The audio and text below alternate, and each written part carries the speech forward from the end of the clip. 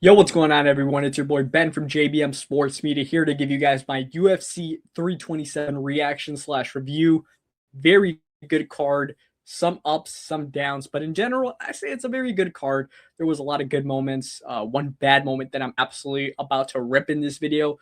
But here right now, I'm going to go over some of the prelim fights, which is the first time we ever do here at JBM Sports Media. Normally we go over the main card only, but I'm going to go over some prelim fights, give shout out to the three best prelim fights of the night. Um, More so performances as well. I guess first things first, I got to give a big shout out to Pico because Pico put on a masterclass against Pitbull today. Showed me why Pico, if he isn't getting touched, I know he has a questionable chin. Excuse me, he has a questionable chin, but he didn't get touched in this fight enough where I felt like, wow, this isn't looking good for him. No, he pieced up Pitbull in the second round really bad. And I felt like as long as he doesn't get caught, he's going to be fine. And guess what? He didn't get caught. So I got to tip my cap to I got to tip my cap to Pico. Oh my gosh, what a butcher right there. But I will say, great win by him. I think the second fight that I'll give massive credit got to be Suarez versus Gudinas. And that's because Suarez adjusted so well after getting knocked down by Gudinas, just in the way that she was able to ground and pound, just put Gudinas in some uncomfortable situations. I got to give the tip of the cap right there. There you go. You said it correctly that time, to Tatiana Suarez, because, yeah, this was an impressive victory. And I'm pretty sure now she's going to propel herself to fighting for the championship at strawweight. I mean, she has to, right? She's ranked number 2, so just makes sense. And then I guess the second one, you could go with Gamrot because I think Gamrot was just an impressive victory. Obviously, he submitted Esteban. Yeah, I guess I got to go with Gamrot. It's either Gamrot or Rad, but I'm going to go with Gamrot because I guess Rad did beat up Prado. Prado just looked like he was outclassed in there, and Gamrot I feel like was a little bit more impressive. So I think the three best fights of the prelim, or more impressive performances, should I say, I got to go with Pico, Gamrot, and Suarez. And then just to go over real quick, Luque defeated Gastelum with that Darce choke, nasty Darce choke. Rad was able to defeat Prado. Padilla, well, I think that was a majority. Was it a draw or no? Padilla won. I think Padilla won. And then Kevin Holland won his fight against Randy Brown on the scorecard, which was actually a fun fight until that last round. That last round 3 was kind of a dud, to be honest.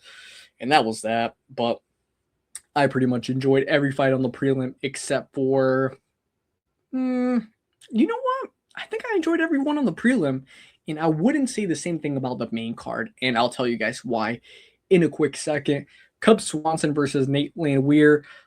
This wasn't a fight that I didn't enjoy. I actually enjoyed it tremendously because Cub Swanson got a decisive victory in his last fight. Great career. I wouldn't say great, but very good career by Cub Swanson. And that's no knock on him not using the word great. I just don't want to toss the word great out there. But very good career, very fun career to say the least. And what an impressive victory he got. TKO KO win on Nate Landwehr. He just looked like he was the better fighter in there. And even though he's up there in age, it just looks like Cub still got it, bro. He still got it. Even his trainers know he still got it. And he probably could go one more fight. But it's the perfect time to hang it up. I think it's a very, very fun career. Like I said, impressive victory. Snooze fucking fest of the night. And I said it in the previous video in the predictions that if this fight went to a decision, I would go ramble. And no,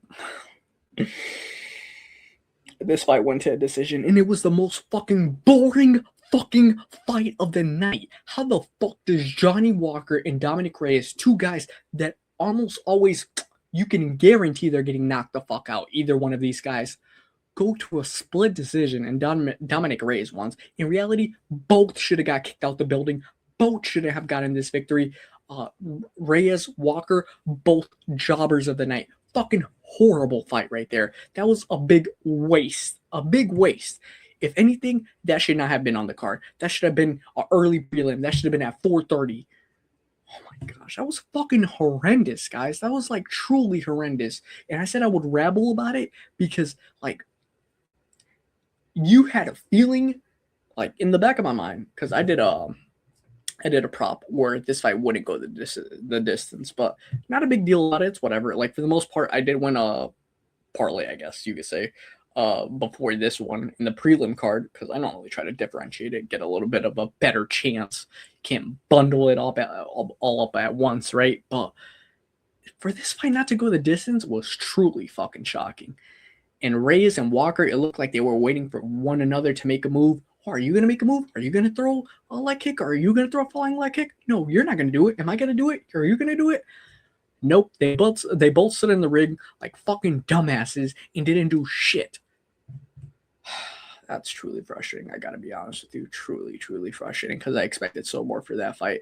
I'm more disappointed in Reyes because I think Reyes could have got him out of there. I think he had a moment in the end of the first round where I was like, all right, he's building up to it. Nope. Wrong. He was not building up to it. On the other hand, Walker was just hoping he would get a split decision victory. I think Joe Rogan said it best in DC as well. These are one of the fights where you could tell a fighter could be all like, if I did more, I wouldn't have let that one slip. But guess what? You let that one fucking slip. Both of you. Well, not Reyes, but Walker, you let that one fucking slip because Reyes did not look sharp at all. Just want to point that out there. And like I said, I don't want to ramble about it too fucking much, but that fight was absolutely dog shit. So jobbers of the day for both of them. I don't give a fuck if Reyes won that fight. Jobbers. Next fight I do want to talk about because I think this was obviously fight of the night. Curtis Blades versus Josh Hokett. I knew Hokett was going to win this fight. I had a feeling, but it was very, very, very margin of victory for Josh Hokett. I mean, he hurt Curtis Blades in the beginning of the first round, but then Curtis Blades hurt Hokett at the end of it. And I like after every single time Hokett got hurt and he was exchanging with Blades, he threw up the middle finger. That shit was amazing, bro. You love to see that. But in reality, this was a fucking amazing fight. One of the best fights I've seen this year so far. The exchanges in the third round were absolutely peak. I think that's what like low-key brought the crowd back to life after absolute fucking snooze fest between Johnny Walker and Dominic Reyes. Call me crazy, but this fight really saved the card at that point in time because you went from a very good prelim, very good opener to an absolute fucking dud.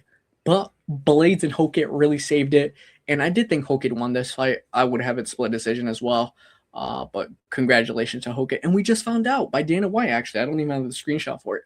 But it's going to be Hokett and Derek Lewis at the White House card, Freedom 250.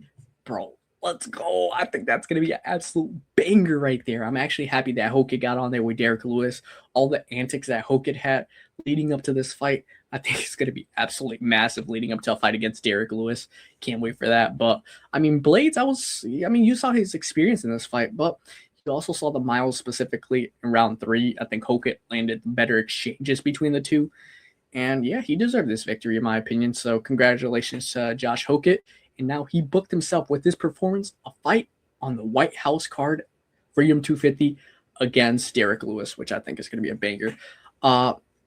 We have Azamat versus Paulo up next. That was a good fight. Azamat, I feel like, won the second round. Paulo won the first round. And then Paulo really hurt Azamat in the third round with those leg kicks.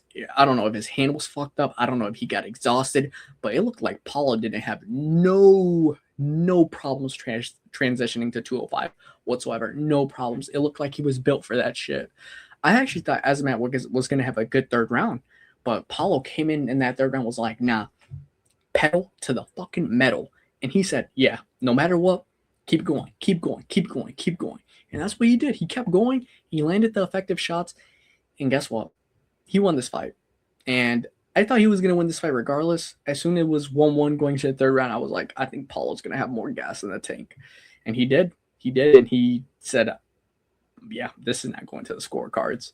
And it did not. Paulo Costa with a decisive victory at light heavyweight debut for him. Congratulations to him.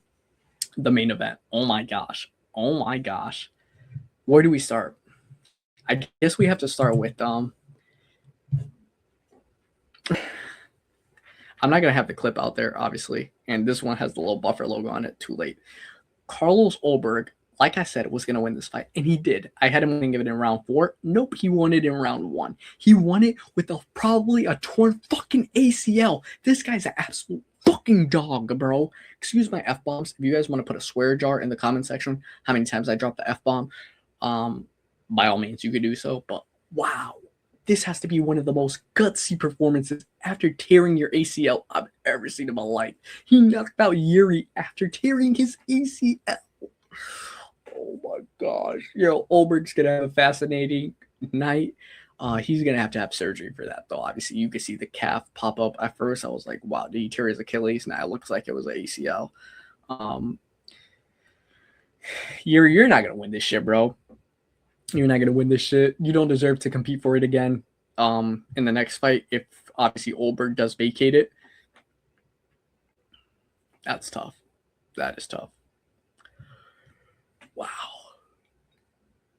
Excuse me. Ulberg is such a dog. I knew Ulberg was the more technical sounded fighter, the more talented fighter. I know Yuri had the more dog in him, but it didn't look like it today. Ulberg, you're a fucking dog, bro. You deserve this shit and more, bro. Hopefully you have the party of your night/life tonight. Also, I want to make this announcement. Gable Stevenson signed with the UFC. He'll make his debut in International Fight Week. Failed WWE superstar Gable Stevenson now has the chance to make himself, I guess, a valuable threat in the UFC. And I'm going to be interested. He has great, phenomenal wrestling. Gold medalist, obviously. Can he do it? We'll see. But what a night. What a night for UFC 327. UFC 328 is going to be absolute banger as well. So we'll see how that pans out, should I say. Let me know what you think in the comment section. Was it a W or L card? Subscribe here at JBM Sports Media. Catch you guys on the next one. Peace.